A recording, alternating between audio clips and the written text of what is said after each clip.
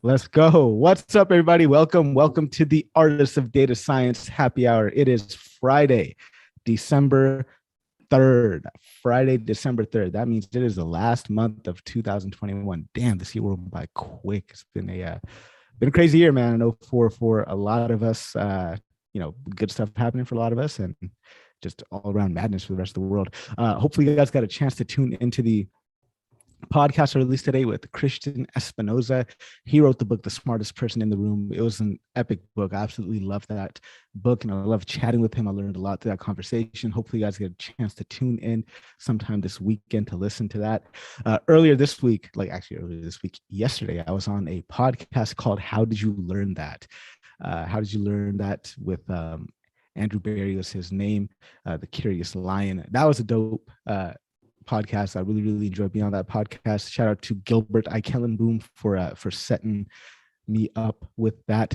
Interesting enough, I thought this was really cool. So he had actually interviewed somebody who's had a tremendous impact on my life just a few episodes before interviewing me. He interviewed Akira the Don.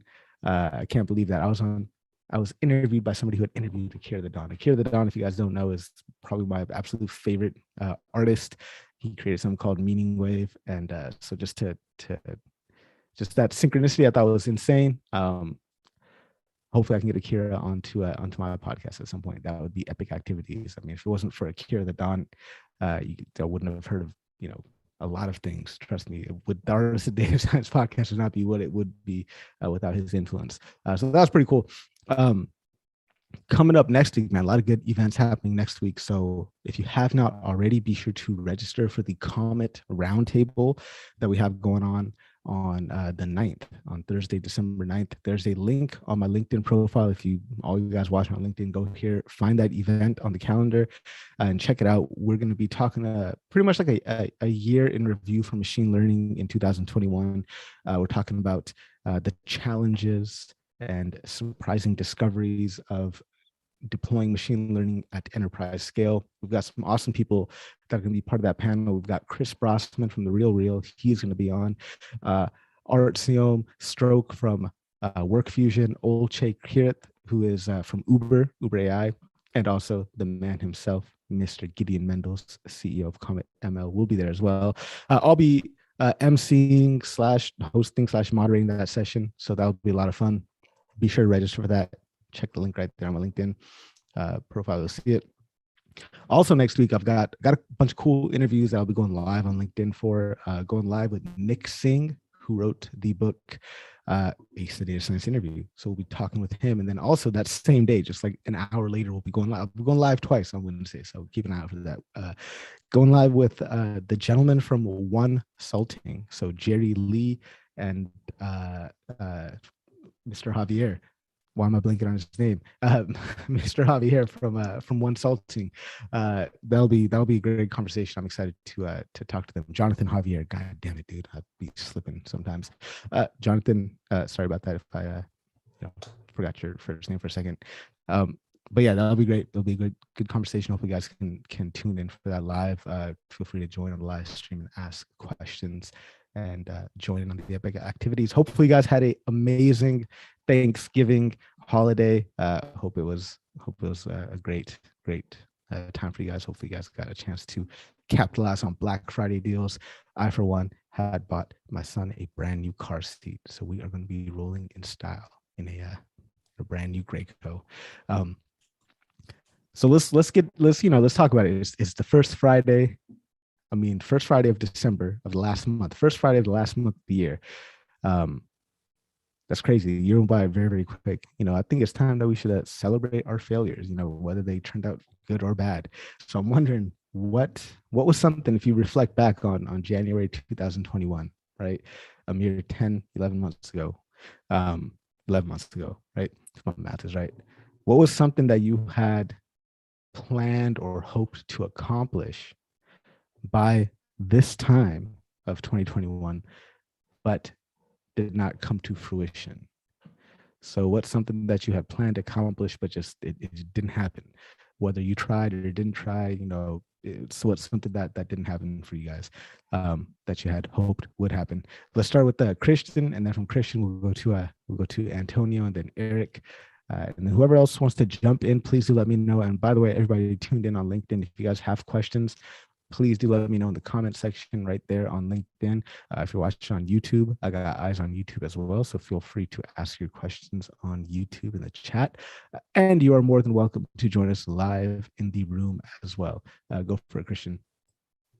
Yeah, I was thinking about this as you're asking that question, and it's crazy because this was for me especially, this was a crazy year, and I think for a lot of people, maybe 2021 has seemed like multiple years in one because of how fast a lot of things have changed this year. But the one thing that I definitely failed at was my book goal, how many books I was going to read this year, mainly because I don't commute anymore. So forget Audible. I haven't made time for it as much as I should. So I think I wanted to do the whole, like at least a book a month, right? I think maybe I hit 4 all year. So it's like a multi-year low for me. I'm going to see if I can change that next year. Of the 4 that you did read, which ones were they? Continuous Discovery Habits, which I've referenced before, by Teresa Torres, which was like, I won't say life-changing, but career-changing. I've got this one here, the product book. And this one, I can't really count this. This will be my 5th of the year. I've just started this one that was recommended by John Cutler from Amplitude, which is about trustworthy online controlled experiments.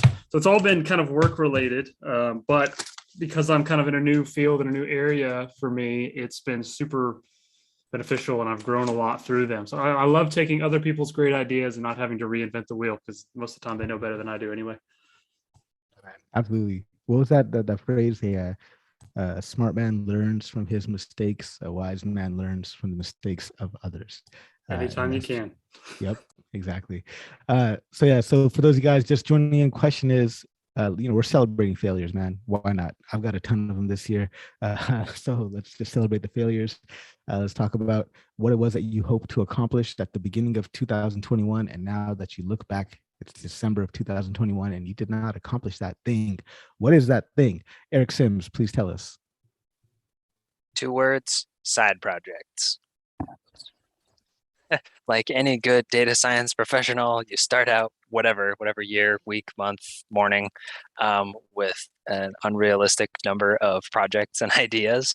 One in particular comes to mind that it's half done and I learned some good stuff from it, but I just didn't ever, so, okay, I'll give a little bit more context. So I wanted to basically redo a project that I had done all Excel based in a previous job. And I want to do it in Python and then take it and turn into just like a little bit of an application that could stand alone. And I got through the piece I was really interested in converting the nuts and bolts of the optimizer into Python.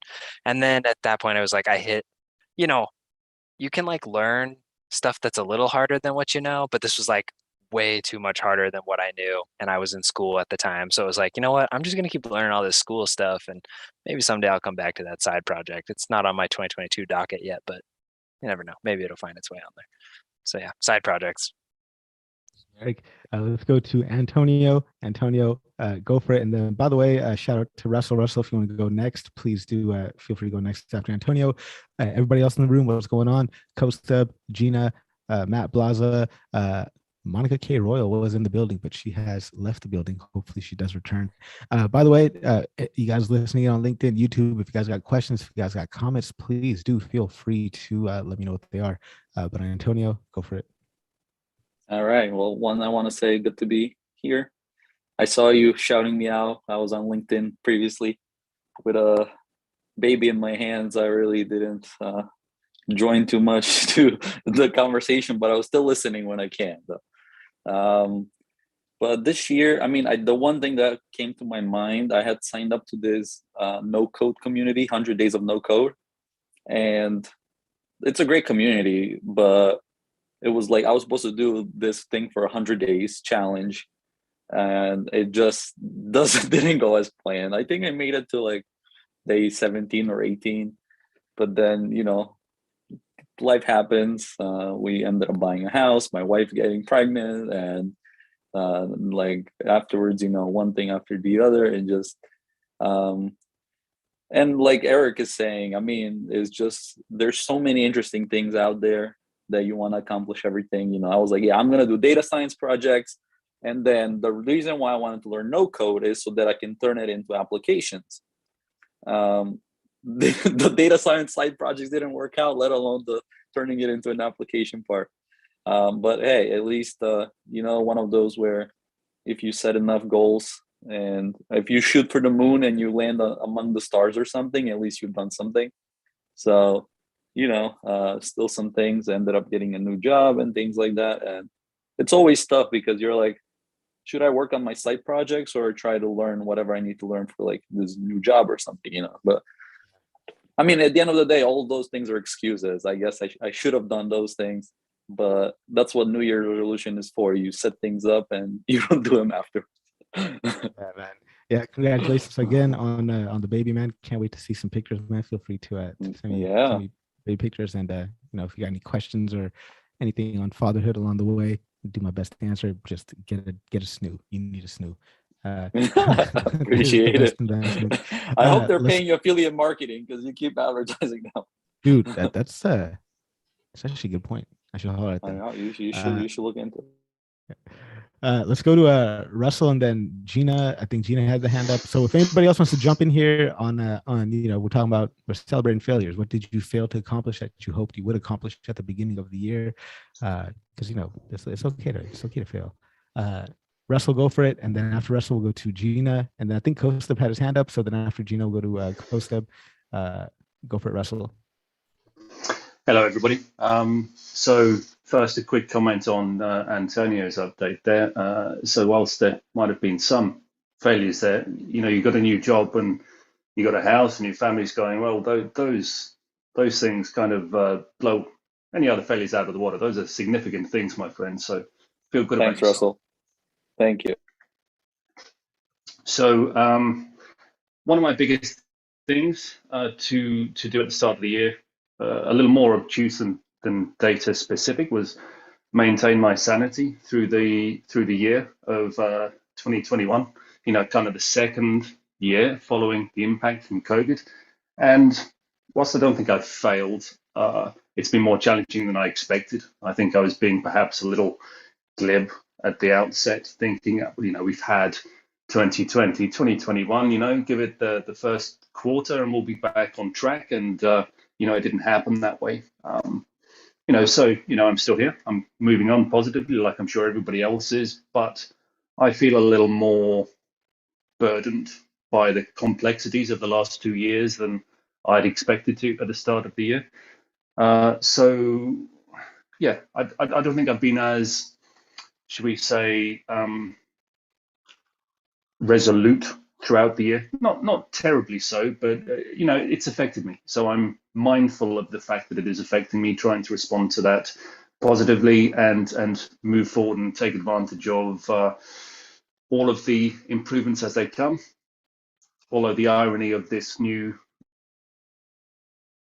value is not great timing, but still, hopefully, with the way things are going throughout the world and safety measures, this is going to be a short-lived thing, and we're not going to go through another year of impact from this. So beside that, data science-wise, I wanted to expand my network, which I have done. I haven't not expanded it, but perhaps haven't expanded it quite as much as I'd like to. I did want to go to some of the events around about. I didn't go to a single physical event at all through the year. And whilst I did go to some virtual events, there's been virtual events that I failed to go to as well. So haven't been nearly as active as I'd like to have been in the wider community. So that I'd say that's probably been my biggest failure of the last year. And I think you got the right mindset going into it. Russell, thank you so much for sharing that. Shout out to everybody that just joined. Makika, what's up? Joe Mama, Joe Reese is in the building. Thank you so much for joining. So we're just kicking off the top of the hour, just talking about, just celebrating failures. What's something that you wanted to accomplish at the beginning of the year, but just failed to accomplish? Now that it's December, you're looking back like, fuck, man, I should have got that thing done, but I did not. Let's go to Gina. And then, by the way, anybody that has questions, feel free to let me know. I'm going to add you to the queue. Or if you got questions on LinkedIn, go ahead, post your question on LinkedIn comment section. I'll get to it as well. Gina, go for it. Hey, hopefully you can hear me. Yeah. Let me know. Okay, cool.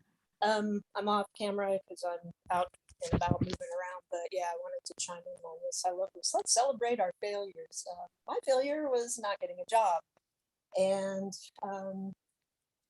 I guess, well, for me, I'm a career changer, and although I've done a lot of analytical work, so it's not the case that this is so much different data science, but of course the recruiting process and the function is different than what I had done before. And I'm glad Russell talked about just the past year and the mental health aspects. And I think for me, in addition to the shock of, the pandemic has been terrible, but the shock of all the political upheaval here in the States is just, he said, the past year has kind of had a bigger impact on him than he expected. And I feel the same way.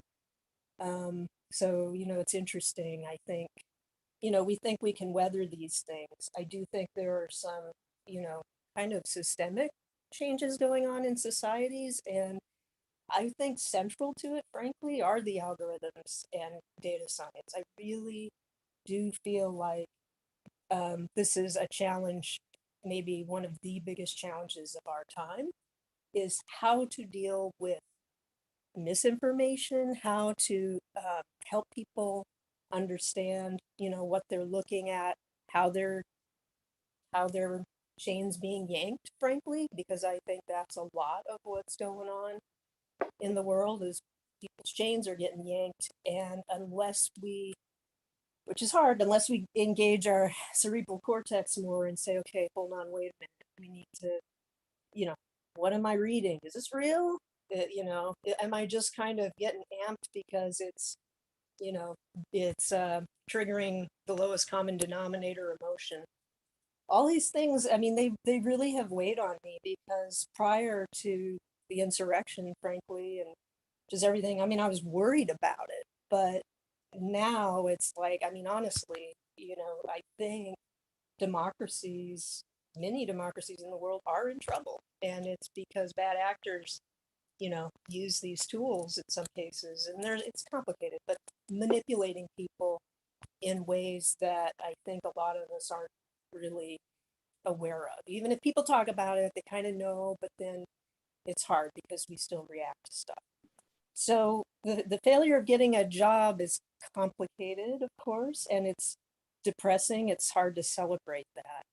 But I'm just trying to look at it as, well, there's been so much change. I've got this new toolkit to add on to my existing experiences. And I really, it's just a matter of, well, how do I navigate? How do I use them to best effect? Do I go kind of more into the environmental sustainability realm as I thought I might, or do I go and just get a job and really bone up on the skills in a real world setting, or do I pursue this other angle, which seems far more nebulous? I'll welcome any comments that anybody might have on those comments. Thank you, guys. Thank you so much for sharing. I appreciate that. And to the point about you talking about, kind of responsible data science, there in a couple of weeks on December 15th, I'll be live streaming with Grant Fleming. He wrote the book Responsible Data Science. We'll be chatting live, so be sure to keep it out for that invite and join if possible. And if you guys have any particular questions that you would like to have asked of Grant, please do let me know. I'll try to incorporate that into the into our dialogue. So shout out to everybody else that just joined in. Well, just one other person that recently joined in. Mark, what's going on? So question we're I'm just kicking off the discussion right now. But anybody can take the discussion anywhere they want. I was just asking, what are some things that you wanted to accomplish at the beginning of the year, but you did not yet accomplish? If anybody wants to chime in here that just joined, just raise your hand, let me know, and I'll call you onto the stage, so to speak. So does not. Yes, Eric, go for it. Okay, so I just thought of another thing that I wanted to accomplish. I think it was at the beginning of the year, might have been the end of last year, whatever. So but I didn't accomplish it, and I'm actually like not worried about it. So I had the opportunity during my classes and stuff to do some different certifications, right? And like I was super busy with school, and I made time to do some of the certifications, but I did not make time to do all of the certifications. And uh and like in the moment when you're like feeling like everybody has all the certifications and you're dumb, then it feels like all the certifications are way important. And like all the certifications are not way important. You know, like I one certification in particular I did not get was my AWS whatever the noob level certificate is. Like I don't have that. I would like to learn some of that stuff eventually, but I'm not kicking myself because I don't at the moment. I spent my time doing other stuff that was valuable, and so I think I would just put that out there to anybody who's feeling like, should I get this other cert? It's like, maybe, maybe not. Like, don't kill yourself over it. I have precisely 0 certifications. So if that makes anyone feel better. I don't even have a certificate to podcast. I'm still out here doing it. Eric, you also wanted to shout out Roy Givler. Man, Roy, I haven't seen Roy in such a long time. Roy Givler. Ray, why did I say Roy? Ray Givler. Yeah, he was a regular fixture at the Office Hours run this time last year, but I think he's since gotten busy during this time. So Ray, if you're listening by any chance, we'd love to have you back. But yeah, talk to us about well, first of all, he does drop awesome Tableau knowledge, like amazing Tableau knowledge. Talk to us about the tip that he gave you that helped, and then after that we'll go to CoStub and then Mark. Yeah, so like the cool thing, so I know Ray does like Tableau stuff all day, every day, and he has a ton of Tableau like tips and stuff that he's written down for himself, and so he shares them, you know. And a few days ago, he shared a tip about using captions on your worksheets to leave like instructions or notes and things like that. Because, and I had just been thinking like last week, how can I do this better so that the next person who comes along can read it without cluttering up the whole dashboard with instructions? And so he said, hey, do this thing with captions. And I got stuck. I had to leave what I was doing in the middle of creating like a few different fields that were all reliant on each other. And there's no way I would have remembered even like the next day what I was working on. And so I just took the time, wrote it all out. It was right there. I didn't have to dig through my notebook or anything to find it. And then today I sat back down, worked on it, got it finished. And it actually, fortunately, was part of something that will make a big difference for one of the products that I support. And so, you know, extra good vibes from that. So if you don't follow Ray Givler, follow Ray Givler for cool Tableau tips. Plus, he's just a nice guy. He got some good knowledge. Like I haven't seen his stuff show up on my feed for like ever. So I'm like going through his thing right now, just smashing like on everything. I feel like my feed has been nothing but sponsored ads lately. I don't understand why that is. He was off for a while, but he's back. Yeah, he's been back for a few weeks. Ray, man, we miss you. It's been a while since you've been here, so miss having you around. So if you're listening, come back and hang out with us sometime. Let's go to CoStub, and then after CoStub, Mark. So I guess a couple of things came to mind and stuff that I haven't succeeded in. First thing is my personal fitness goals, right? I feel like we talk so much about the technical growth and the other sides of life that often what gets hit is like, and I found that it's gone through kind of waves, right? It was going great at the start of the year. Then in Sydney, we got hit by the Delta variant and got chucked into another lockdown for three months or so. And that dropped it down further. And it's just been up and down. And the same thing kind of, I noticed a similar pattern with my learning, with my technical learning, right? I do it in these bursts and waves. And it's like, you know, earlier, just 9 months ago, I was at the GTC summit at the start of the year, doing courses on, you know, NVIDIA stuff. And then now it's like, now I'm learning all about GCP on Coursera, and I've got like a stack of textbooks here that I just haven't got around to because I've been working in like this burst mode, right? Where I come out of the woodwork saying, okay, cool, I need to get on it, right? And then I spend 2 weeks just smashing stuff out, and then maybe a month where it goes great, and then another month which just kind of, you know, it all dips down. And what I'm kind of realizing based off what Russell said, what Gina said, and what a few others have said is a lot of it comes down to resilience and change, right? And focus is can I, so it's almost my goal for 2022 is start looking at, can I retain my focus irrespective of what changes? Like we haven't seen more dramatic changes in the last 30 years than we have in the last 2 years, at least widespread across the world, right? There's definitely been major pockets of it, but widespread across the world, we haven't seen this kind of dramatic lifestyle changes that affects literally everybody. So it's a bit of a learning curve on how to do that. And it's only kind of in this conversation that I'm like, you know what, all of these other things, I haven't hit my goals on studying certain textbooks worth of work, or I haven't hit my goals in certain fitness aspects. And it's predominantly because I've lost that focus being distracted by change, right? Now I've got no clue how to solve that, because it's a focus thing, it's a mentality thing. I think the first step in solving that is identifying that, hang on, that's the main problem, right? Thanks so much for sharing, CoStep. If anybody wants to respond to that, please feel free to do so after we get to Mark. Mark, go for it. Yeah, I think the goal that I'm truly trying to get down is my prioritization skills and being able to stick to those the discipline to those prioritizations. So I feel like I got really down in my day job, but like outside of my day job, I'm like all over the place. Definitely falling for that shiny thing syndrome. Yep, Web3 is my latest distraction, and I'm actually kind of happy. I'm actually probably gonna prioritize it more actually because I just been falling in love with it. But like with me starting kind of like my side hustle and it being like a full business and everything, it really clicked in my head like how much my lack of prioritization is really impacting me.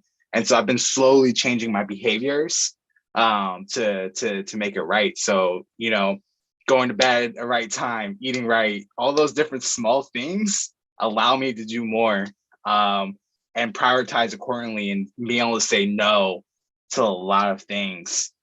Super important that I struggle with in my personal life, but I'm slowly getting better and being forced to get better because there's a lot of cool opportunities coming my way through my side hustle that requires me to be way more focused and disciplined. And so I'm looking forward to next year building on successes I've had with that in my job to bring that to other aspects of my life. So I'm pretty excited about that. I have a good direction. You just got to execute. Yeah, I can relate to that thing about just, I don't know, it's just like I'm somebody who I'm just naturally curious. I have a ton of interest and they meander. Like I studied everything from physics to philosophy to Web3 to various different programming languages, and just all this stuff is just super interesting to me.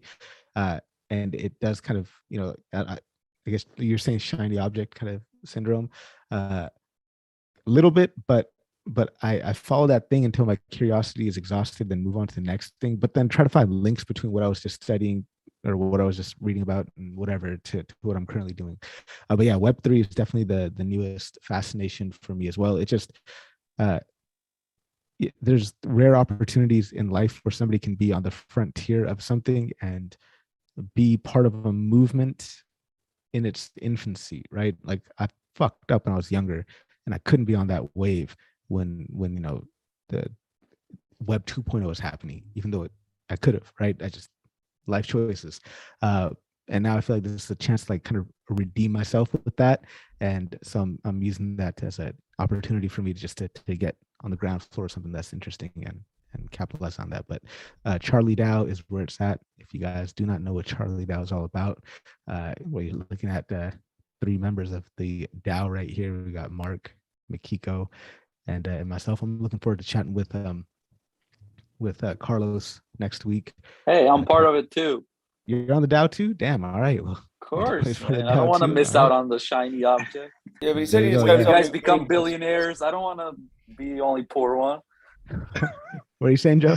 Oh, I said he bought himself a new gaming PC though, so he might be out of commission for a bit. So I'm gonna be staking those altcoins, you know. No, that's why I got the graphics on this though, right? So I'll give you some perspective on this. I'm a lot older than I look. I got on the internet back in '92, before there was even a web browser. And so I think to your point, right, you feel like you're on the cusp of whatever new frontier is. I've been through a few of these now, and it's interesting. Like the trends that I've seen over the years, it's like there's the stuff that seems obvious, right? And what I found is it's the inobvious stuff that usually is what takes hold. So I would always keep a lookout for those things too. The obvious stuff is what everyone's trying to do right now, and I think that's great to get into. But keep an eye out for the applications where it's not intuitively obvious, because that's where I think the real opportunities are made is sort of the stuff from left field, right? Even Facebook, that was like a left field thing. It seems the most obvious thing in the world now, but trust me, when that came out, it's like, this is like the dumbest thing I've ever heard of. Why would you ever do this? Twitter was the same way. So you're talking about Web 2.0, Web 2.0 seemed like a terrible idea actually at the time. Because I remember when that came out, and I was like, well, user generated content, because obviously that's a great idea. Well, look at it now, and so decentralizing everything I think is the way forward. But the thing I would caveat that with, and as you guys get into Web3, which I think is amazing, like just keep in mind all the left field applications that nobody's really paying attention to, because the crazier something sounds, that's the stuff that makes the most sense. So that's the thing about the stuff like coming out of left field is and just remixing that idea with the curiosity, right? Like just being curious about a number of different things is you can find those intersections between things, right? And find something interesting in that little niche, you know what I mean? And that's kind of where you find those left field type of opportunities. I mean, I was on Friendster, man. Like That was really a dating while ago. myself. Yeah, I was really dating myself. God, man. now I feel really old. Makiko said she was 2 when I was on the internet. That's I'll just shut up now. All right, fun. Makiko, you were 2 in 1992. Damn, now I feel old, man. Shit, I didn't. Well, that's the beautiful part, right? It's like I look left and right, and it's like you can't tell. Like in the data science machine learning space, I'm like, I don't think you can kind of tell someone's age necessarily. You can kind of look at like maturity and experience, but even that's not. It's not like a super good indicator, So I don't know. I think it's funny just because like I'm on a team of like all women, MLOps like engineers, which already is a little bit just unique. But also we all happen to be within like 1 or 2 years of age. But like the other 2, ladies are just way more experienced in like engineering, and then I have just a lot more experience in like the startup world. So it's like it's a little bit weird, right? But you get a nice team together with different skills and experiences. It eventually blends, but yeah, it's so hard to tell because Well, the thing that's really cool about the tech space and I think technology in general is, I think for as much of a lack of diversity there is in this field, it's a meritocracy, unlike a lot of other fields where there's gatekeeping. Like you try and be a doctor with the same premise as being a software engineer, right? No, it's impossible. You'll be in law, and I think rightfully so, actually, in that case, because I don't want anybody just being a doctor. That'd be horrible. But like a lawyer or that kind of thing, right? I mean, or getting into an exclusive company, and being a business person. It's like tech is one of those things where I think it's really rare in the sense where it really depends on your skills. And if you're keeping that current, if you aren't, like, you're a dinosaur. And there's a 2-year expiration date. I notice in almost everything. So 2 years is kind of where you got to start recycling. So. It's cool. I think it's also good when you get people from, totally biased on this one. I think it's good when you get people from other fields too. Cause I feel like if you've been in like engineering too long, like people adopt a lot of like weird mindsets. Like I had a person who they were interested in applying to my team and they're like, well, I'm a test engineer. I don't know if I would fit in with like the MLOps team. What skills and things do I need? It's like, well, you've got Python and Docker and Kubernetes on your resume. So I feel like already if you're just focusing on infra and platform already, that's like a really good spot to be. And everything else is just like, can you deal with like JSON, XML, whatever files? Can you learn quickly?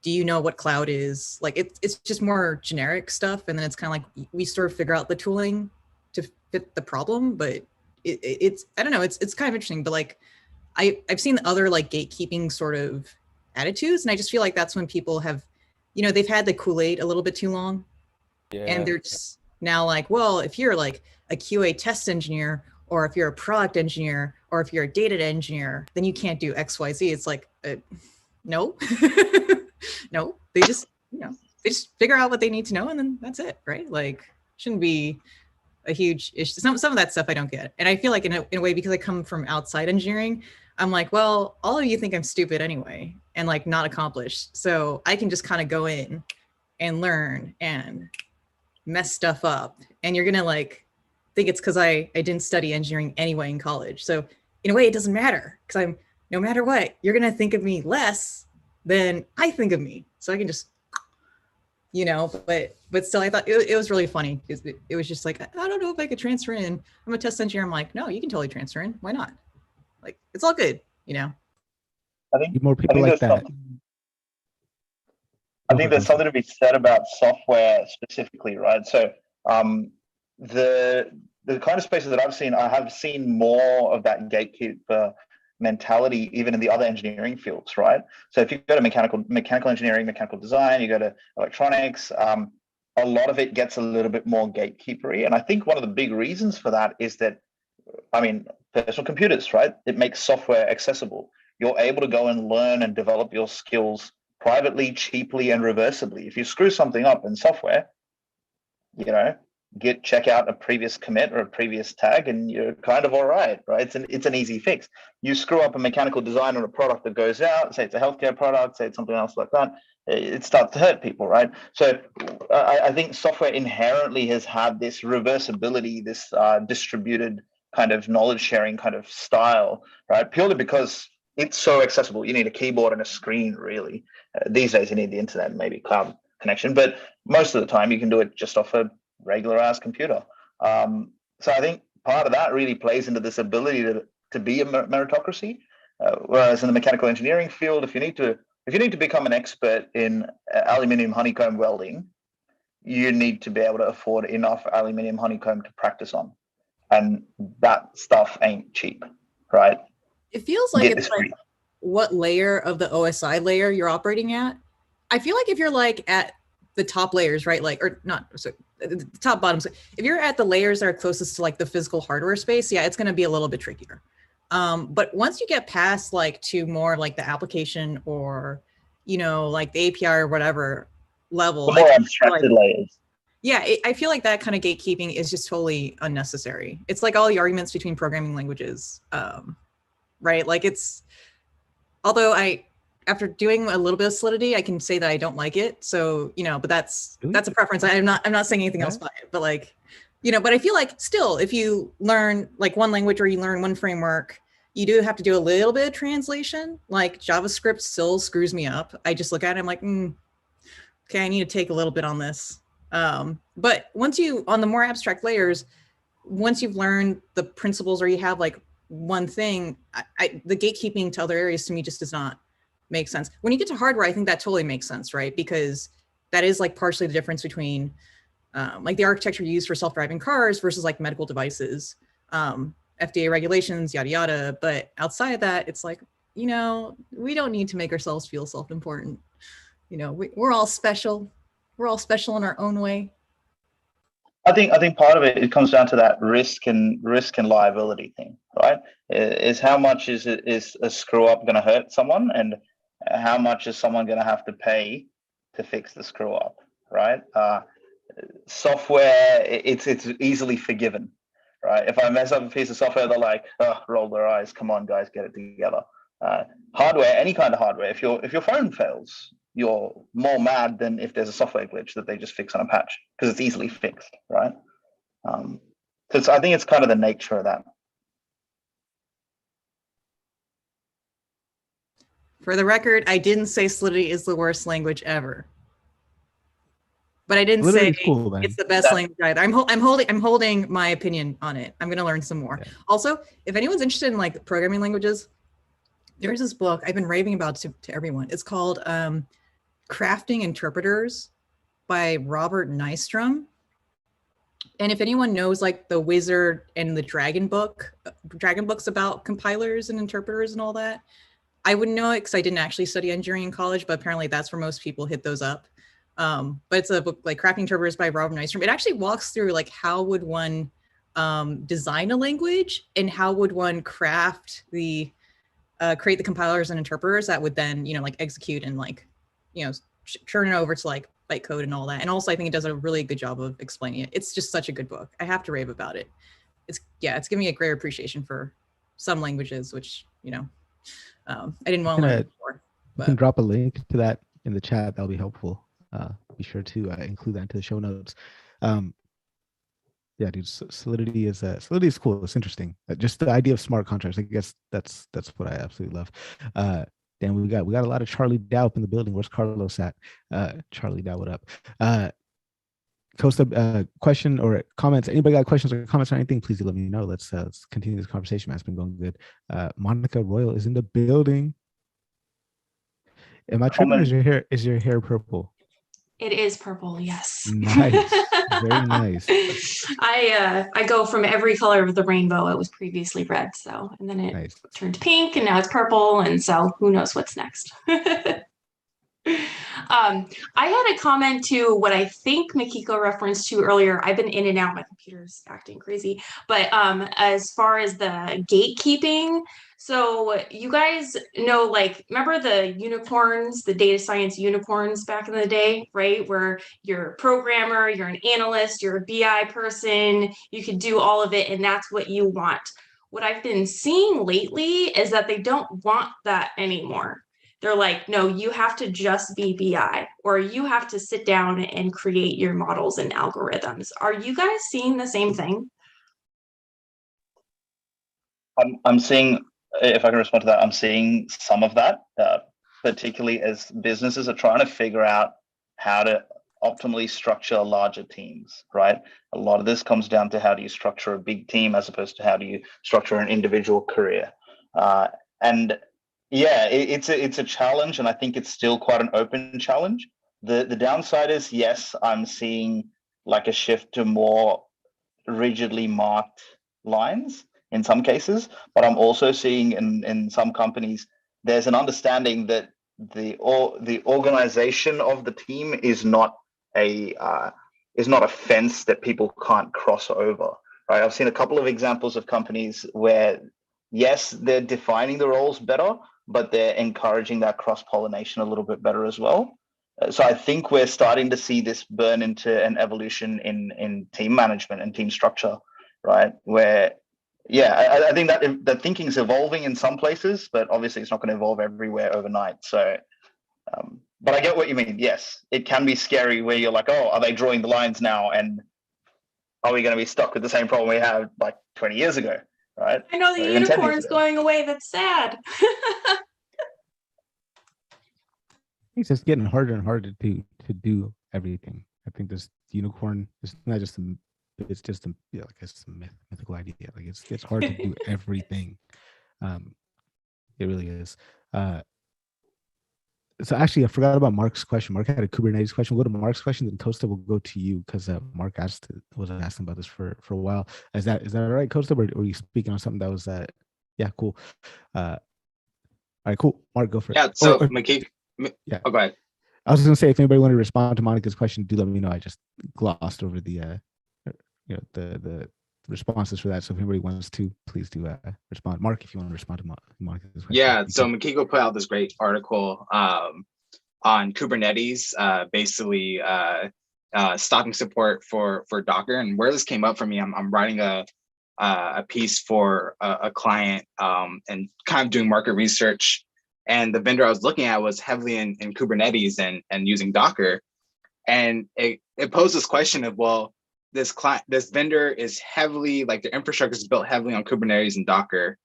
But if Docker is no longer being supported for other kind of interfaces for those images, what happens to a lot of the companies who are really dependent on that combination of services? How would leadership kind of view that? Like, would they start going through a scoping process of like, all right, well, what would we replace this with? Would they stop using Docker? I don't know. So it kind of goes beyond the articles. Like, say, for instance, you read that article of like, hey, Kubernetes is no longer supporting Docker. What would be your next step if you're one of those organizations who are in that spot where like, oh, wow, we have to rethink how we structure things? Go Joe for this one. Oh, thanks. That's an interesting question. It's been a bit since I've been on Kubernetes. I think I actually stopped using it around the time they announced. I think it was like last year around this time or a bit before they So they're kind of not deprecating support, but they're definitely moving away from like long-term support of Docker, and I think moving towards like a containerized runtime interface or something like that, so their own sort of thing. But so I just see whatever it is that Kubernetes wants you to use. I mean, it's kind of a dumb answer, but it's like, it's the answer I got. So from what I recall, like Docker is not really it's not really a runtime interface anyway, so you should be able to just repackage your stuff quite easily. So yeah, I'd say good luck on that. So, but Kubernetes, I guess if you got enough horsepower to use that in production, then you got enough horsepower to figure it out, container and package dependency management. So, because that is a beast to work with, which is why I haven't been using it lately. So. For sure, for sure. It just seemed like added a huge wrench to a lot of things as people are like really trying to figure out this MLOps piece. For all of a sudden, this like kind of this duo that's typically kind of quote unquote best practice kind of going away. Yeah, because Docker for a long time it was almost synonymous with containers and then Kubernetes, right? And now now it ain't. But from what I recall, though, Docker also made some interesting decisions with their business model that I don't know if it impacted this or not. I could be talking out my rear, but I think that Docker did some interesting stuff as well that may have influenced this choice. So we'll see. The only constant in this business is things change. So for sure, have fun. Greg, actually, Greg, if you don't mind, let me we'll go to, unless you're talking about Docker's Kubernetes. Yeah. Okay, great. Yeah, I was gonna say I was reading something from a friend this morning who was talking about Kubernetes. You were saying something like Kubernetes becoming more of a. We talk a lot about on-premise as being the legacy system, and because Kubernetes requires so much intervention by experts and things like that, that Kubernetes may, in fact, at some point become legacy systems, and especially with how much it takes to manage, you need professionals and things like that, and you're gonna be pushed to leverage serverless infrastructures to perform those things, where you don't have to worry about managing that heavy workload, or so maybe if you look into that a little bit, Joe. I do have something to say on this. Insider baseball, don't quote me on this, but I had heard that Kelsey Hightower, who he is, Mr. Kubernetes. Anyway, he was the one who was like Mr. Kubernetes over at Google. I hear he's working on Cloud Run now, which is the not the guy from Police Academy, Eric. That was it's funny. So no, but he's working on Cloud Run, from what I heard. So that's a serverless container thing. So that should tell you a lot if that's true, right? Yeah. He was a spokesperson for this and put his entire career on Kubernetes, and now but I agree with that assessment. I think that it's just, if you've used it in production, it's fine, but it's also just super unwieldy. Like, it's a beast to work with. So yeah, the surprise of serverless, from what people I've talked to across companies, is that it could come at you with that bill, that cost, right? So it needs to be more work to be done to make it more affordable, but it will get more affordable with economies of scale. But to answer your question, Mark, I think the next step for things like Kubernetes is probably serverless infrastructure, cloud infrastructure, to see where it goes. But I think what your question, though, Mark, has to do with all the MLOps frameworks, though, right? And how they have to work with Kubernetes, too. Like Kubeflow, by definition, by its own name, has to work in Kubernetes. So it's like, I don't know. I kind of go back and forth in these kind of attaching your framework too closely to the underlying infrastructure. Because you see the same thing with MLflow, too, and Spark and stuff. So, yeah, I don't know. It's interesting. Mikiko?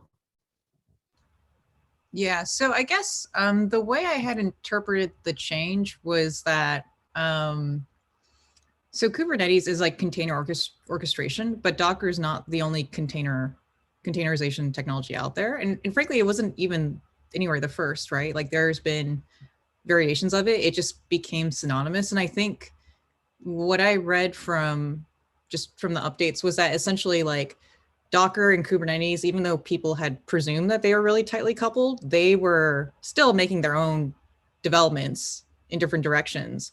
But whenever Docker has to make changes, Kubernetes would have to kind of respond to it.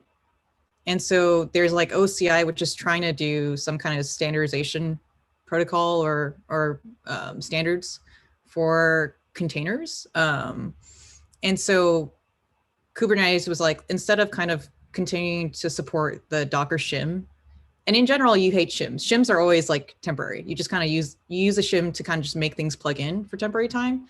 They were like, yeah, we're not going to keep doing this because Docker as a container should follow like OCI, right? Like they should try to like play nice. And so it's interesting because we at the data media, like we have a monthly book club / podcast club, like at MailChimp. We were last month was talking about data meshes. And a few of the staff and senior engineers they were reading and they're like, okay, so basically the premise is push the problems to the left. Like just push the problems on someone else for data mesh. And it kind of just seems like that's like what Kubernetes decided to do. But with that being said, like Cloud Run is kind of interesting because there's like a couple things, right? Like for example, if you're looking at the ability to do like async processing, like that would put Cloud Run as a potential competitor to like Kafka and PubSub. But on the other hand, it also has some other additional stuff where it can handle heavier workloads than Cloud Function. So it's like in this kind of like interesting area, and it's going to be interesting to see sort of like where they sort of run with it, especially when you think of it as like kind of replacing jobs, because that's the other part that's like really painful, right? Is like how do you coordinate your like Kubernetes and your Airflow, right? Like it's such a pain. And I think most people, they're like, well, if you had something that was both scheduling and orchestration, that was also kind of serverless, that would sort of like kill three birds with one stone. You would get rid of like basically like things like PubSub and Kafka. You get rid of like Airflow and you get rid of Kubernetes. I mean, I don't know. I think it's an interesting challenge. We'll see how that actually how that runs. Because no one likes to kind of let go of their infrastructure that they've committed a lot of like sunk cost into, but it'd be interesting. Don't worry, that a lot of that went over my head as well, listeners. Engineering talk is in depth. Well, actually, Joe, Joe, did any of that sound like totally off? Oh, it sounds on. So just the entire segment of this engineering talk that I've learned a lot is going over my head. I'll be listening to that over and over again. Harpreet, don't feel bad because it's over my head too. I just try to learn the high level. And then yeah. I think the trend though, what we're seeing and writing about this a lot, is just the increasing level of abstraction in the stack and the data stack. It's happening across the board. I think that the big challenge is going to be interoperability between all these various systems, whether it's open source or a third party that's abstracting all this. Like that's a really big issue right now. I think you're going to see a big trend towards metadata as sort of being the glue that holds everything together. Expect to see a lot more of that in the space in the next year. But yeah, because it's become obvious that the way people are doing it now is just sort of a bridge to somewhere else. But I don't think anyone's going to say like, oh, this is exactly what we should be doing the way we're doing it now. But it's cool. So I guess my question. Oh, go ahead. Oh no, he said a bridge to somewhere else. I was like, bridge to somewhere else is the metaverse. Go for it. That's right. I was gonna say my next question is like just trying to think like I'm trying to learn more about like how do I build infrastructure for data products, and so I originally thought it was gonna be Docker and Kubernetes to learn about. One, because I find it interesting, but after seeing this, I'm like, oh, this may not be the best thing to focus on my time. And so like thinking wise, like, if you were to learn this kind of ML ops kind of stuff again, and you have limited time, what would you double down on? Managed services, 100%. Where are managed services? What do you mean by that? Yeah. So Google has okay. So this is how I would do it for any cloud vendor. I would definitely choose one. It really doesn't matter AWS or GCP. I go with GCP just because that's what's at work. But AWS also is, you can go with that as well. What's nice about, and I'll refer to GCP in this, assuming that AWS also has kind of like mirror resources. So if you go into the docs, like they'll have a lot of use cases. Like if you want to have this kind of architecture or whatever, this is how you can use the different services together. That to me typically is very useful because it allows me to understand how the pieces kind of work. In terms of what I mean by managed services, so for example, Google has like GKE, Amazon has a managed version of Kubernetes. If you really want to go with it, but I would almost go like start really simple to then going really complex. So the simplest would be serverless, 100%. It tends to be a little bit more costly, and also like they will have limitations on the amount of data you can pass. I think when serverless functions first came out, that was like the really big thing that I noticed, was that it was just really expensive to pass more than however many megabytes of, or not even megabytes, or bytes or bits of data, right? Bytes or whatever. But I would go serverless. If that is just like cost-wise, just doesn't work out, then I would go towards more like seeing if you can kind of like ship containers or something like that, or yeah. And you can use like GKE, but also sometimes too, you can just directly, you can build containers and then you can just kind of directly deploy it so that it gets hosted on something like Heroku or like a cloud version of it. And then I would sort of keep going down like, or up the complexity stack till you get to like the right spot. I wouldn't sort of go out and learn Docker and Kubernetes and like Jenkins from like the immediate get-go, because you can just, it can cause so much grief. But at the same time, if cost isn't like a huge barrier, I would just go very, very simple. Go with managed, go with things that you can just do like wrapper scripts around, and then start kind of going up the complexity stack.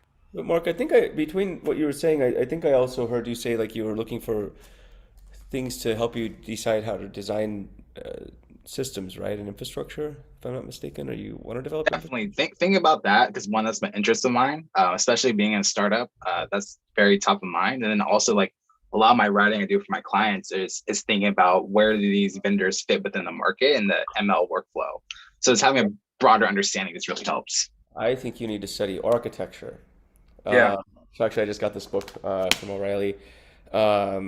Software architecture, the hard parts, just came out, I think a few weeks ago. So this is good. I've been reading this partly because I like Neil Ford, the ThoughtWorks people. They do a really good job at writing about architecture. But I'd say you should study architecture patterns. That might be where you need to go. Yeah, software. Yeah, I like that book too.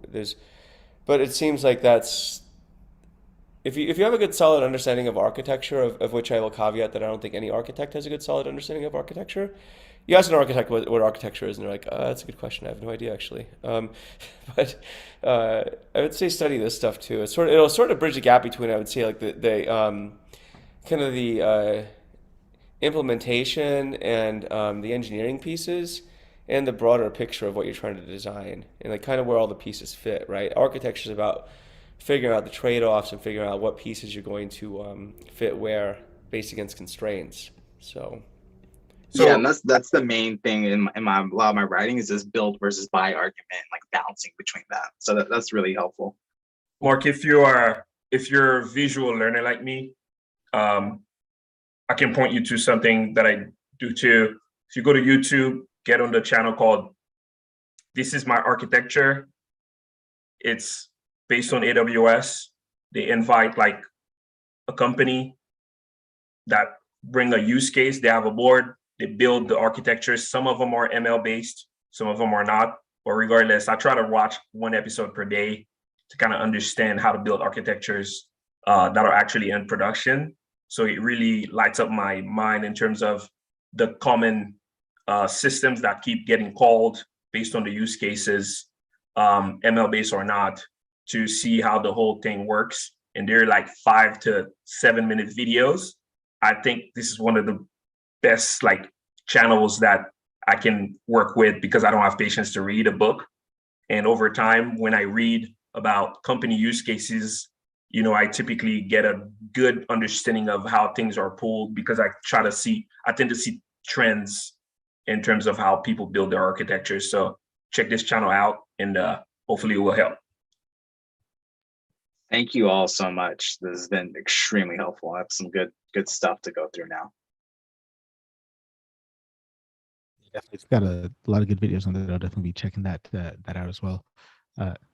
Great discussion, guys. Thank you. I got so much to learn about engineering. You guys are amazing. And actually, I'll go ahead and drop a few more links in the chat for things that I think are really good. Because honestly, like the systems design portion of like when I was doing like the ML MLOps interviews was like almost the hardest. It was the most interesting, but it was also like the hardest part to prepare for, because it's like you need to have a couple layers of understanding. Like there's tooling and sort of what tooling provides, right? So, but just if you separate that layer off, you have to have an understanding of like, irrespective of whether you use a cloud vendor, like what are the main components of what you need? Like what's the minimum viable components of what you need? And then you still have to factor in like what are your God taught like resources and ability to like implement, which I think is like so there's understanding like what the cloud providers provide, and usually they kind of make it a bit clear on their website, so you can look at the documentation, but it's the whole like cloud vendor independent knowledge. I thought that was really the hardest part in a way to prepare for, because a company that has like a very mature engineering culture and has like a bunch of like staff and principals and whatever who have built the architecture from scratch and they're processing for millions of customers has just a way different need than like a small like startup where it's only like 10 to 15 engineers, half of whom are very junior. Right. And then it's like, you still have to, and even when you build it, you still have to think about maintenance. That's like a huge part of the conversations we have at work. It's like, it's always easy to find someone to build the project because that just looks good on your resume, straight up. Like career-wise, building always looks good. You will always find someone who will build it if you can say this is going to be like hot stuff. But the maintenance costs, that is like the hard part to get teams to eat. Like, so I thought it was always really, really complicated. Yeah. But I'll also post some links to stuff that helped me. At least like on the ML systems part. I gotta say, at some level, I totally agree with Kiko. There's this, there are these fundamental engineering systems design principles that it spreads, that the thinking in that principles, it spreads beyond the specific tools that you're using, right? And if you follow those principles, there's like, it's much stronger knowing those principles and really understanding that. And you can learn that with any system, right? Like for me, I think I went through this weird journey in the last 12 months where, and probably stretching out into the late last year as well, where I started off down this ML ops and engineering side of things and trying to design. At my previous company, I was designing this data flow through to testing, or like the model training model training automatically kind of thing. I've lost my words today. Just this whole pipeline of collecting the data, cleaning it, training the model, testing the model, and then putting it somewhere where the company can use it, right? And not knowing the tools wasn't really a barrier. It was more understanding what are the things that'll work and things that won't work, how do event-driven systems work differently to, just connected systems that work, how do you have services versus tasks that you fire off on manually, how maintainable is it? And I built the entire system off like Python and Docker and a very simple SQL, like not even a SQL server, it's just like a SQL database sitting on local disk, right? And I understand how flawed that is and how broken that is. But one of my big wins was actually talking to the guys that I left the company since, and I left it in the hands of one of their graduate engineers who wanted to skill up a bit more on the ML side. And one of the big wins was that he was able to bring home the project wins 2-3 months after I'd left, without much overhead of like maintenance, right? And though that might not that might mean that yes, I hadn't used like top of the line tools and the correct tools for the job necessarily, but it reminded me that okay, your engineering principles are still strong. You know what I mean? Like obviously there's a lot that I've got to learn, but those basics, foundational basics were followed and adhered to. So it made it quite easy for them to maintain and continue using. So yeah, you're absolutely right. It's the principles, not even the tools. And I found those principles it was really easy for me to pick up GCP in the last 3 months because the same principles, it's just in a slightly different tooling, Yeah, so I guess it's the case for just kind of understanding the problem to be solved, right? And then working backwards to whatever tool might be useful. Great discussion, man. You guys giving me engineer envy here. I wish I was more competent on that front. At 0. Oh no, you don't. I'm just joking. Yeah. Minuscule, yeah. Look at Costa, I had you in queue for a question. If you still got your question, go for it. Yeah, just a quick thing actually before I ask that. I wanted to thank Joe actually. A few months ago, you talked about mental models on this same podcast, and then I kind of went down this rabbit hole of reading up on them and listening about them and stuff. And one of the ones that I picked up that kind of addresses, Mark, you were talking about like focus as opposed to following shiny objects, right? I've in the last couple of months I've started using a Eisenhower matrix, if you've heard of that, and factoring in urgency along with importance, like being able to look at that as a two-dimensional data. I literally I draw one every single morning to make sure that I'm like on song with stuff, right? And this is like an evolution on top of the pocketbook idea that if you listen to what's his name, Kevin O'Leary, right, Mr. Wonderful, he keeps his pocketbook of just like the to-do list, and he only does the top thing on the list. Everything else is like, I don't care, I will go to sleep and do my fitness and everything else, right? I've kind of taken that and I'm like, okay, how do I make that fit this two-dimensional view as opposed to a one-dimensional list view?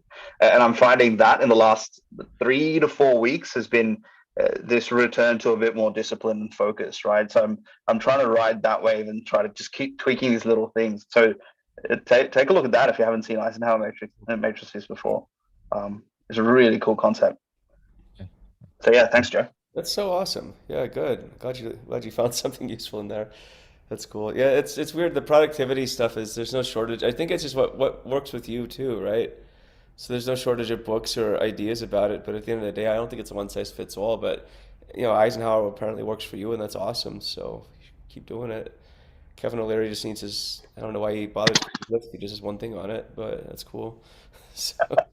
I think he also suffers from the same thing as us, where he's got like 20 cool ideas that he wants to one day work on, but it's an interesting comment on focus.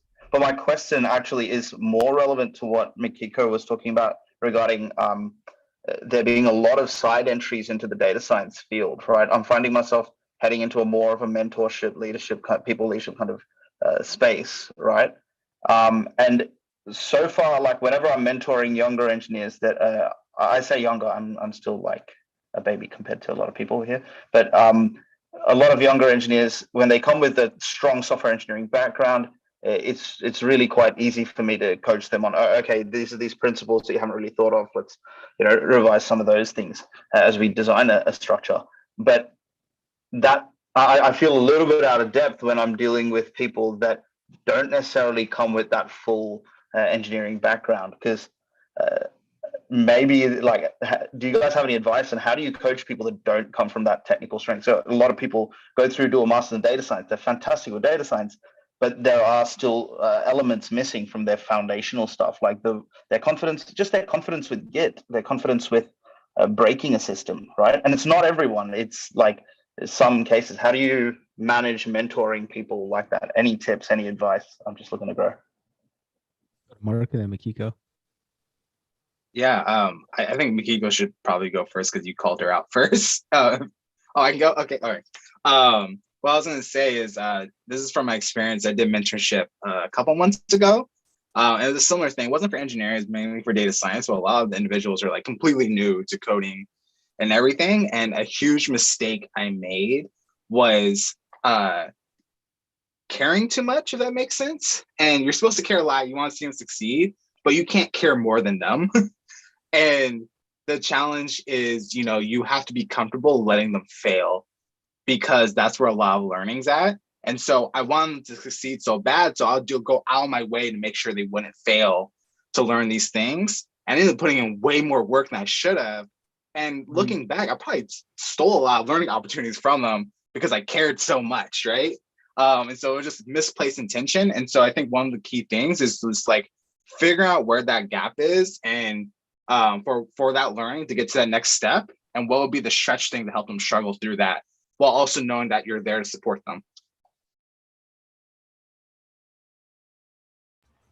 So we kind of have we kind of have this challenge as well at where I'm at right now, because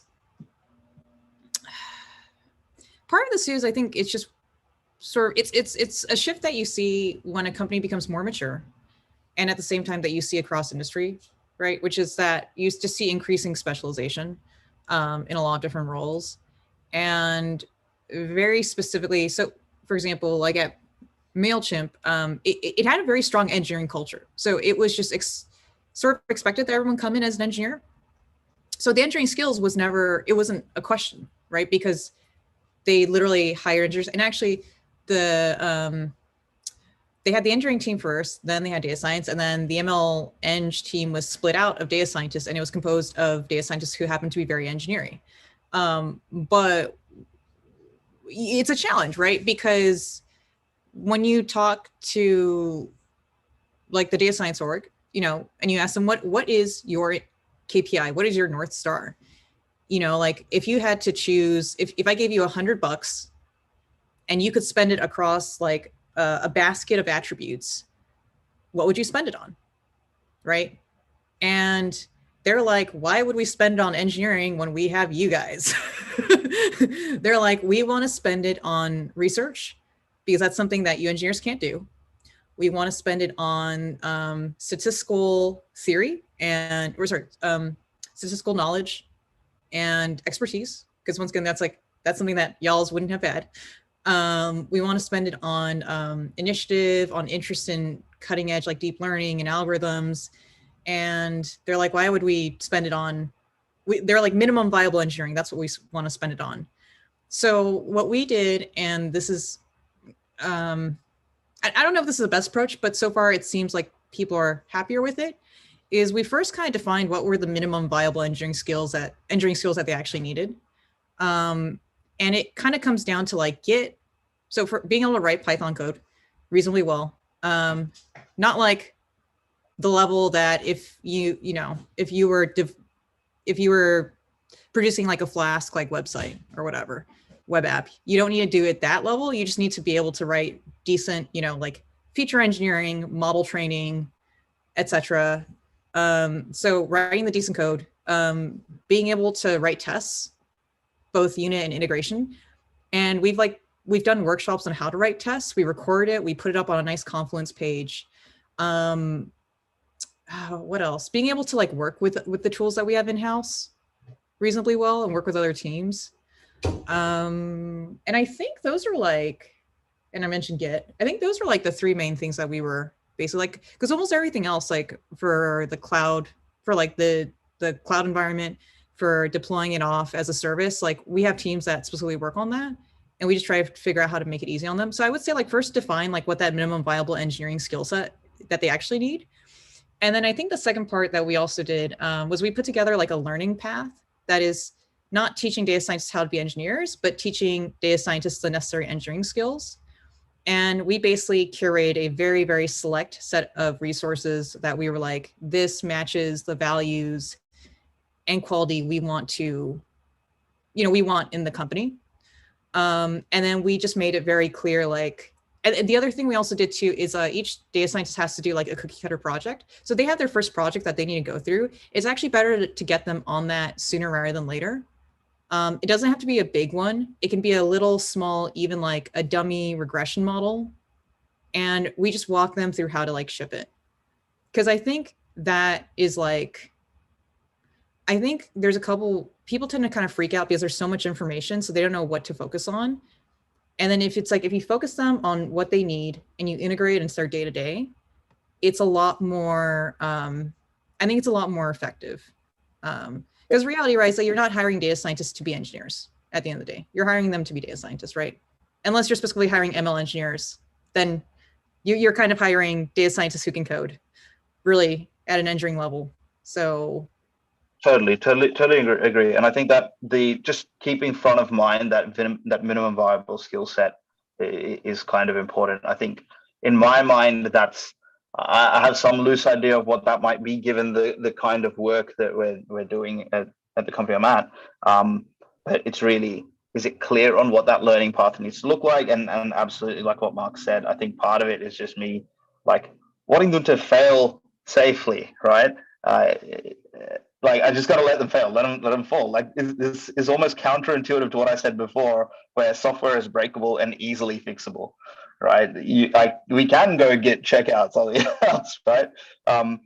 So yeah, absolutely. I think I'm going to take both of those things away and try to define a bit more of a MVS for this. But I guess in almost a follow up is like, so we've got two modes of operating, right? One is there's a product side where we're looking at a more engineering focus than the data science exploration side. And then we've got a few of our ML engineers that are more on the, project side. Sorry, what am I talking about? The professional services side, right? So they'll be running smaller projects. Some of them will be like Mythbusters, and they're more data sciencey. Some of them will be more, small trials and small scale pilots and things like that, right? So there's a weird balance of data science knowledge, but also a need for some element of engineering skills in-house, right? And something you said about introducing them to a small project sooner rather than later. We're kind of actually going the other way. We're training them up in the product team because there's a more stable team that can support our newer engineers, and then moving them into the professional services side. But I mean, how does that kind of? I'm just trying to think out loud here. Almost, is that kind of maps opposite to what you were saying? Is it's like give them a small isolated project that they can do as a cookie cutter dummy, maybe, and then grow into the rest of that. It's less about how small the project is, and it's more about the controlling how much sensory input they're getting and the psychological safety aspect. So like, okay, so for example, I was at a company where I saw someone, they had, right, and there's that phrase, right? Like if someone screws something up in engineering, right, it's not the individual, it's the process. Right. So something had happened and, screwed up the main like Git repo. Something broke in production. It was able to get rolled back, and they were let go afterwards. And at that time, I think, and the reality is that, like, so for something like Git, I think most people learn it by poking. I don't think they actually tend to learn the underlying. They don't learn the structure of the abstraction, and they don't tend to learn the underlying principles of it. Because once you understand the underlying concept of Git, like it's like, oh yeah, you can just go, and then you just have to like look up the commands, right? But people would be so scared of deleting stuff from Git, and that's just not really the way it works, right? You'd have to in a way try really hard. Once you commit and push something up, you'd have to really purposefully delete something, and there's still tons of warnings and all that, right? So, but I know like before I was able to learn the underlying concept, that made me really scared to even like push code and contribute. And then when I actually went through the Missing CS semester course on Git, that was literally one of the best explanations I have ever seen about not necessarily like the implementation details of Git, but just how was Git designed? How does it work or doesn't work? And I was like, oh, this is great. And I felt less scared. So I'm like, okay, now I can create PRs and I can do code reviews and all that other stuff. But I think sometimes like with more junior people, it's like they don't know what they don't know, right? Like another way to look at this, right, is people who are first generation college students. And this was like came up as a relevant conversation because I guess in India, there's like a quota system where like there's a certain percentage of students who go to the IITs are from underprivileged backgrounds or groups within India. And so they get quoted in. And then there's a certain quota that need to be passed every single year. It's a class schedule group. Schedule class groups, yeah. Right. And like we have a similar issue, or we have a similar challenges with like people who are first generation college students in the US or their English second language learners, right? Is that there's this idea that, okay, let's just get them in and then let's just give them free tutoring. And if they don't make it, it's sink or swim, right? Then they don't deserve to kind of progress. And I think the reality is that there's a lot of this like cultural capital and a lot of professional capital that people don't realize you need to help people develop. Like I'm sure the raw motivation is there, but it's creating an environment of like that's psychologically safe, where people know kind of what the next steps are, and then they can be guided in a very intentional way to building up that skills. They can still fail, obviously, and you're going to run into challenges, but it's kind of like at some point, if you have so many people failing or struggling, it's not the individual, right? It's how you're supporting them or not supporting them, right? Totally. And I completely resonate with that idea of like, if someone, particularly if someone new, if anyone really, someone fails, it's really the process, right? Like, I mean, I've messed up in my first job, and that was on a manufacturing line, right? And we fixed the process. We found that there was a flaw in the protocol in setting up the manufacturing line, and we went and set it up. And it was because of how we conducted experiments on the manufacturing lines itself, right? So if we were putting a new robot onto it, there was a protocol that was missing, or a step in the protocol that was missing, right? So there really was. It really is true that like we've got to make people comfortable to fail, and I kind of agree. Is that with the whole idea of really understanding the first principles of Git. I was lucky enough in my previous job to work with a lead engineer who's got vast amount of experience. Like he comes from pre Git days, right? Like this guy's real old school, right? Like professionally old school. And he very simply explained to me with a piece of paper and a pen the plain concepts of just what Git is and what it does. And then after that, learning how to rebase and stuff like that. Like previously, I'm like, I have to rebase. Oh no, right? Like we're like, I want a linear thing. I'll squash my commits and merge it in, but I don't want to rebase. Merge conflicts used to scare me, and now I'm just like, yeah, cherry picking. Absolutely. Oh my god, cherry picking is painful, but it's not. Like now, I'm like, it's not the end of the world, right? And so now I'm really trying to figure out, and maybe the missing semester, maybe that's the hot tip in this, is point them in the direction for that. I've just been giving them kind of like articles on, here's this Git, and here's how Git rebasing works, and here's how this other thing works.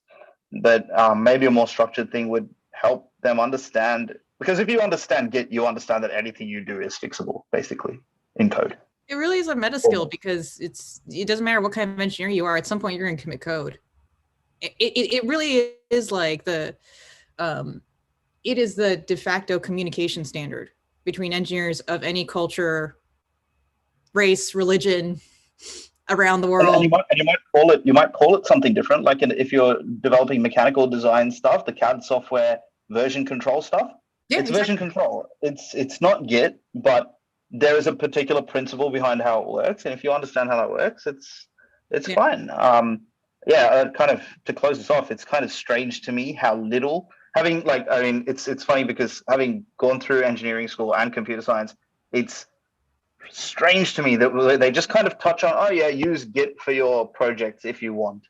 And, unit test maybe a little bit, they'll walk you through some basic fundamentals, right? It's just strange to me that there's not this, when I went to school for robotics, we were using Mercurial, right? And not every team used it for their projects. Right? Maybe 2 teams used Mercurial. Nobody else did. Like 100%. What I would do is I would identify like the minimum viable engineering skill set, figure out what are the biggest gaps. suggest one or two like good resources for those.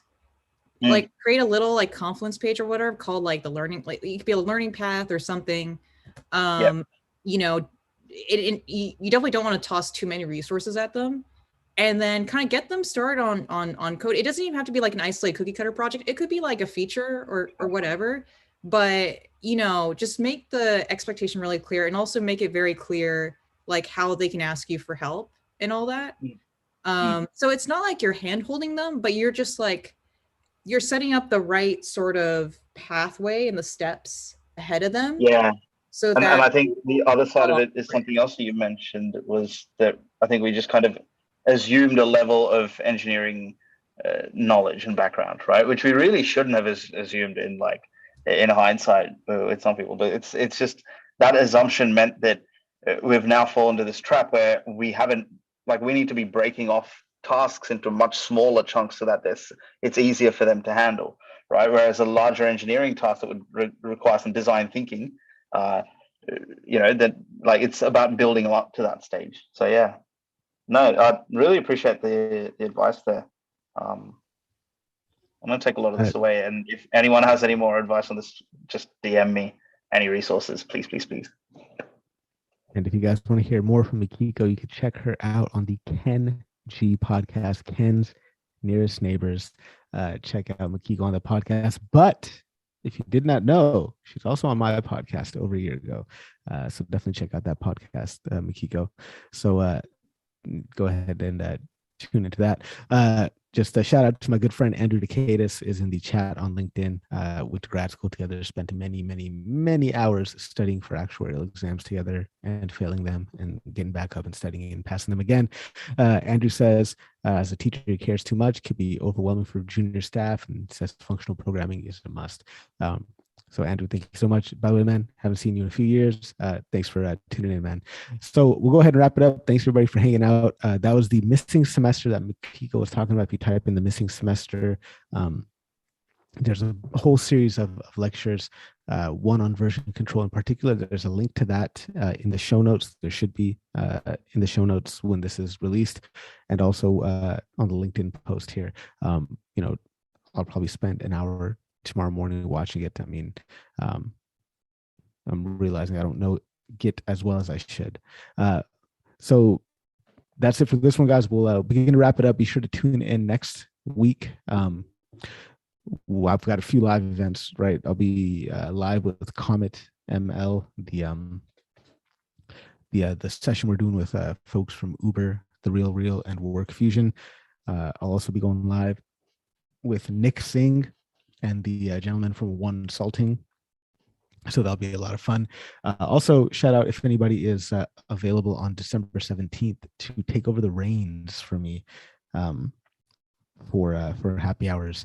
Let me know. If not, no worries. We'll just have to keep it a short happy hour on December 17th. Maybe, keep it capped like 45 minutes or so, because I'm going to a hockey game, first one in forever. Thanks guys for hanging out with me. Thanks for just being here. I really appreciate all of you guys and just all of your support over the last year of this podcast as we crossed that 100,000 download mark. Could not have done it without all of you guys. Take care, my friends. Remember, you got one life on this planet. Why not try to do something big? Cheers to everyone.